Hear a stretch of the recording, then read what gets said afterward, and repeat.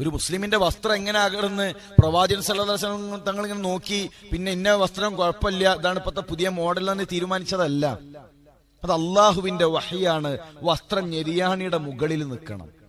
ചിലര് പറയും പിന്നെ അത് നജസാകുന്ന കരുതിയിട്ടാണ്. പാന്റ് കയറ്റിയെടുക്കാൻ പറഞ്ഞത് നജസാകുന്ന കരുതിയിട്ടാണ്. ആര് പറഞ്ഞു? റസൂൽ സല്ലല്ലാഹു അലൈഹി വസല്ലം പറയാണ് വസ്ത്രം ഞെരിയാണിയുടെ മുകളിൽ എടുക്കണം. അപ്പൊ സ്വഹാബ വനിതകൾ ചോദിക്കാണ്, നബിയെ ഞങ്ങളോ? വസ്ത്രം താഴ്ത്തിയെടുക്കണം. അപ്പൊ നജസാകുല നബിയെ?